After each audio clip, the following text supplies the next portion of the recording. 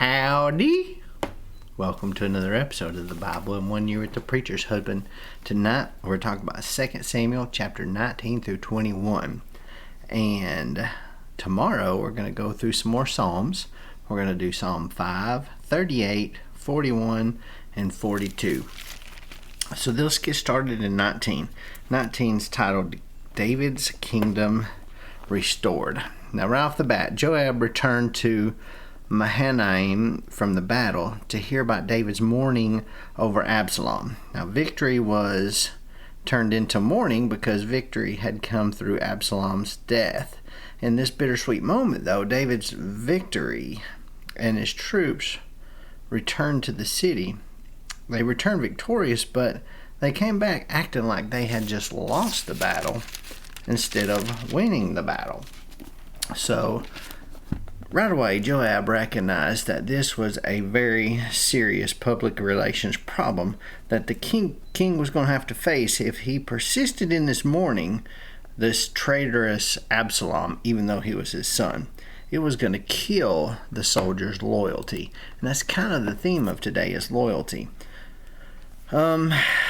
David's soldiers, who had actually saved David and all of his family, were going to feel shame instead of a sense of victory because of the king's mourning. So Joab told David to go out and encourage his soldiers, or they're going to probably abandon him. Joab's words in these verses are pretty strong and blunt, but they may have actually saved David's kingship. When I first read that, I was like, man, he's almost being straight up mean to David after he just lost his son, but that's not really what he was doing. He was trying to keep him from losing the confidence and the loyalty of his people. So we get to verse 8, and David returned to the city gate where he had reviewed his troops as they headed into battle. It was also at that gate in Jerusalem that Absalom had stolen the heart of many of David's subjects. So when David had supposedly had been neglecting his duties of administering justice. You know, all these spots where we said David did nothing. He didn't address these issues. So his returning to that gate amounted to a return to a sense of normalcy, so to speak. But the response from the people was kind of like, ho-hum. It wasn't really as overwhelmingly good as they had expected. So apparently, because of the lack of this response on the people's part, King David summoned Zadok and Abiathar to begin his restoration proceedings. He gave the elders of Judah first notice, though, and this was an act of favoritism that later on is going to cause some consternation among the other tribes of Israel. David appoints Amasa, who had headed Absalom's army, as commander of his army. Now this indicated that David planned to bear no animosity toward those who sided with Absalom. Amasa was supposed to replace Joab, and this is a clear sign that David had heard about Joab's murder of Absalom, but the king felt that it would be politically unwise to put Joab to death for killing the person who had conspired for the throne. Amasa was the son of David's half-sister Abigail. Joab was the son of David's sister Zeruiah. So they were both relatives, so you can see the pickle that David was in here at this point. But now that Absalom was dead, the prophecy of Shimei, remember that guy that was throwing rocks and cursing David? Clearly that prophecy was false. And we knew it. And then Shimei moved really quickly to make amends with David. He was the first one to come back and welcome him back as king. And then we had tons of other little issues that popped up along the way. And David dealt with each of these. He had to deal with many of these, and he dealt with each of these little issues along the way up until we get to verse 41. So I'm moving ahead to 19 verse 41. And this is where tensions between Judah and other tribes were evident. They were evident earlier in Israel's history as well. And now they boiled to the surface again as the delegation from Israel challenged the king on the protocol for restoring him to Jerusalem.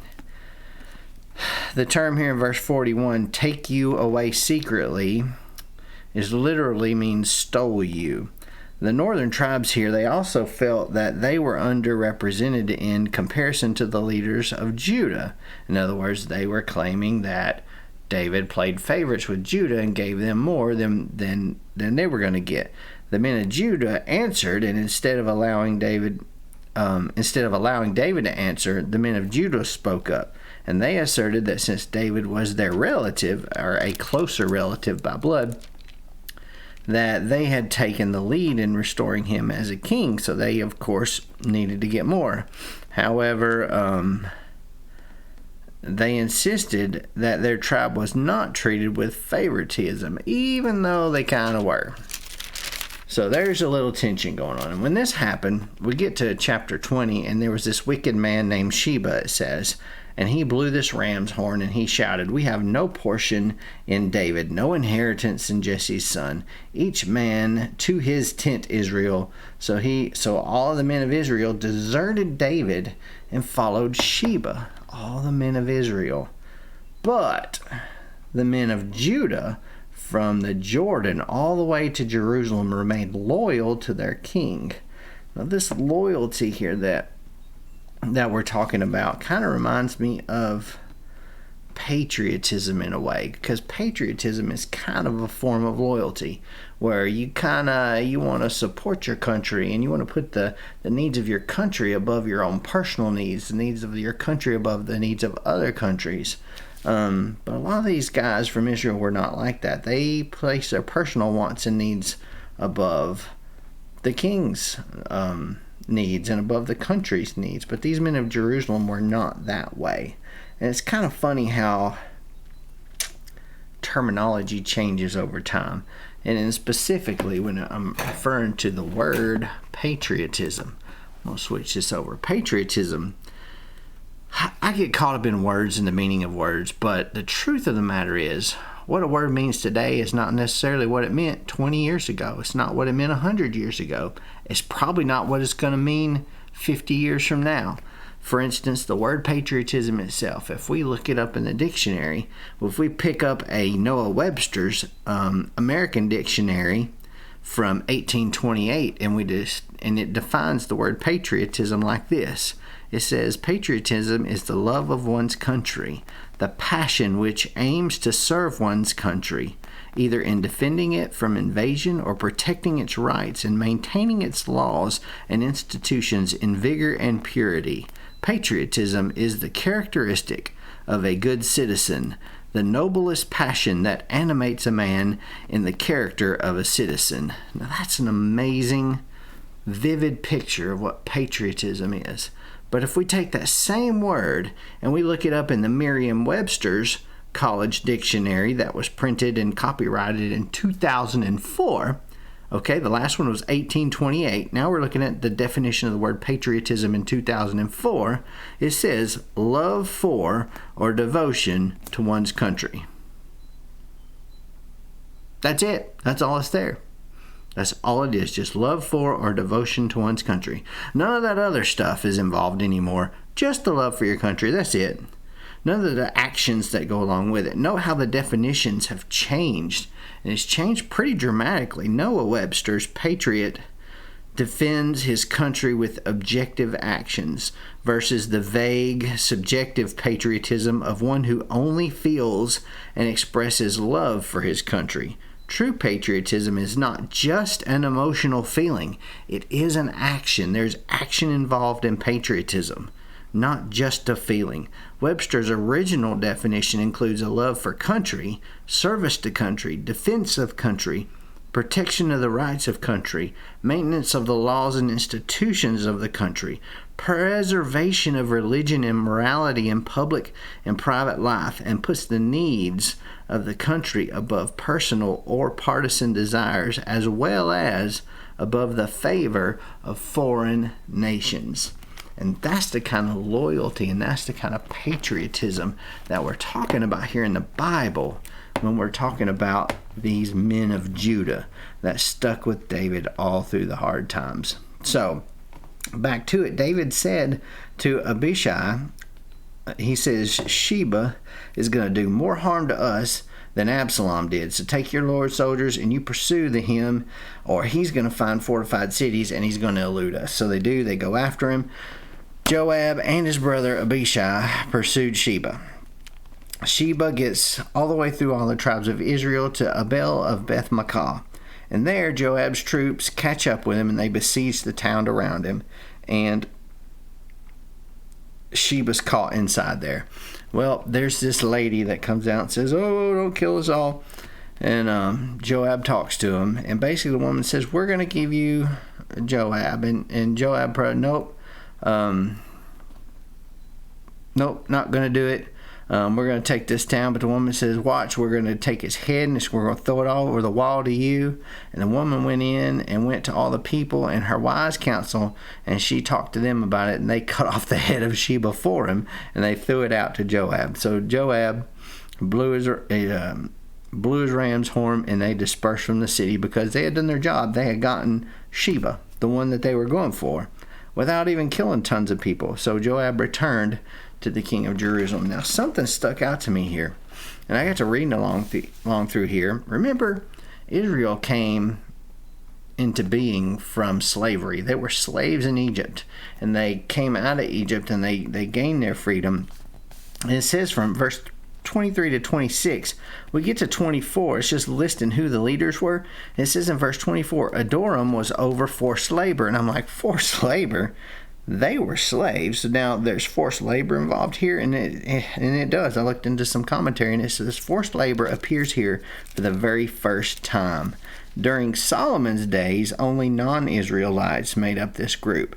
We'll read about them again in 1 Kings chapter 9, verse 20, but there was no designation as to who these forced laborers were here in this particular instance, but we can assume that they were non-Israelites as well.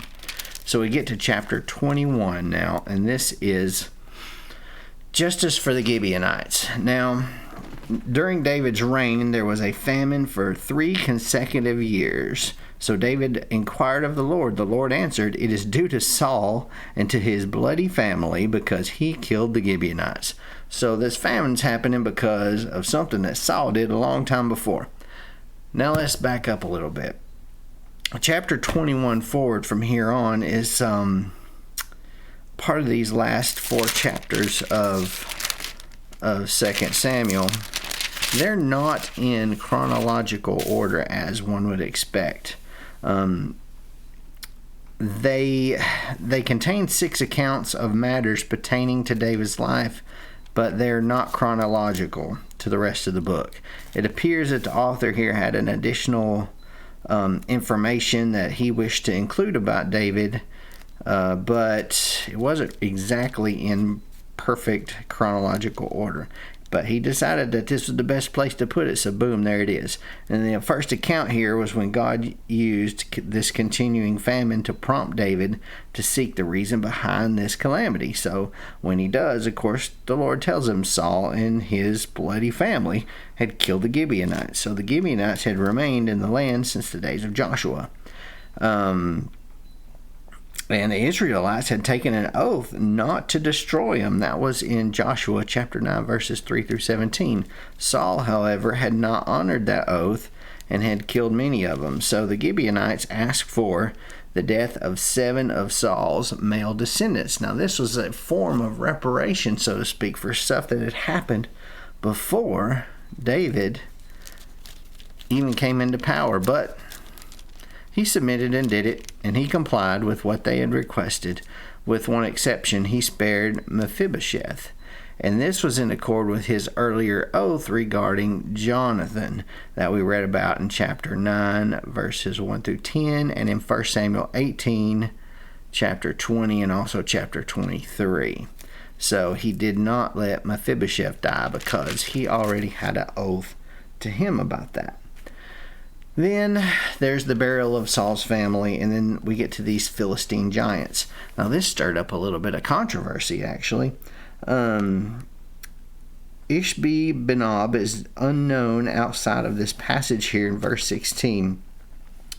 but he may have been one of the descendants of the giant, the Goliath that we read about in 1 Samuel chapter 17, verse 4. Though some scholars understand the Hebrew word that is translated giant, or Rapha, as a proper name, meaning one of the descendants of Rapha, the man intended to kill David, because killing him would deal Israel a serious blow. Of course, they want to kill the King David. But David's nephew, Abishai, saved the king's life and struck the Philistine. As they pondered how close David had come to death here, they told him not to participate with them in any more battles. An admonition the king seems to have taken to heart, actually, because he doesn't really go through many more battles after this. Though his leadership, or through his leadership, David, as the figurative lamp of Israel, as it calls him, he provided political, military, and spiritual light to the nation, similar to what the president or the leader of a country today would do. It's very rare that you see the king of a country going into battle. How many times have you seen our president grab a gun and go into the front lines and go to battle? Doesn't happen. It never happens. They protect him at all costs. And that's kind of what they're leaning towards now, is they're basically evolving into this structure of protecting their king. In verse 19, this verse here is where a lot of the controversy gets stirred up. Verse 19 says, "Once again there was a battle with the Philistines at Gob, and Elhanan, son of Jaare-Ogaram the Bethlehemite, killed Goliath of Gath. The shaft of his spear was like a weaver's beam." Now this verse raises that question of who killed Goliath of Gath. 1 Samuel chapter 17 verse 50 and 51 credits David, but this verse here credits Elhanan. Now one interpretation suggests that these are two different Goliaths, though the identical description of Goliath's spear being like a weaver's beam that we read about in 1 Samuel chapter 17 verse 7 makes this option kind of doubtful. Another explanation is to understand Elhanan as David's original name and David as David's throne name, but this is not really supported anywhere else in Scripture either. But by far the most likely explanation is that Elhanan killed not Goliath, but Goliath's brother, as 1 Chronicles chapter 20 verse 5 states, and that an early scribe simply miscopied the present verse. Although this verse in 1 Chronicles chapter 20 verse 5 read a bit differently in English, in the Hebrew text only a minor alteration is required to change from one reading to another. So there I leave you with controversy about words again and translations. So tomorrow for Psalms, I hope this has touched you. If it has, click the like button and the subscribe button, and of course the little jingle bell so you can get notified the next time I upload a video, which will be tomorrow. We'll see you then.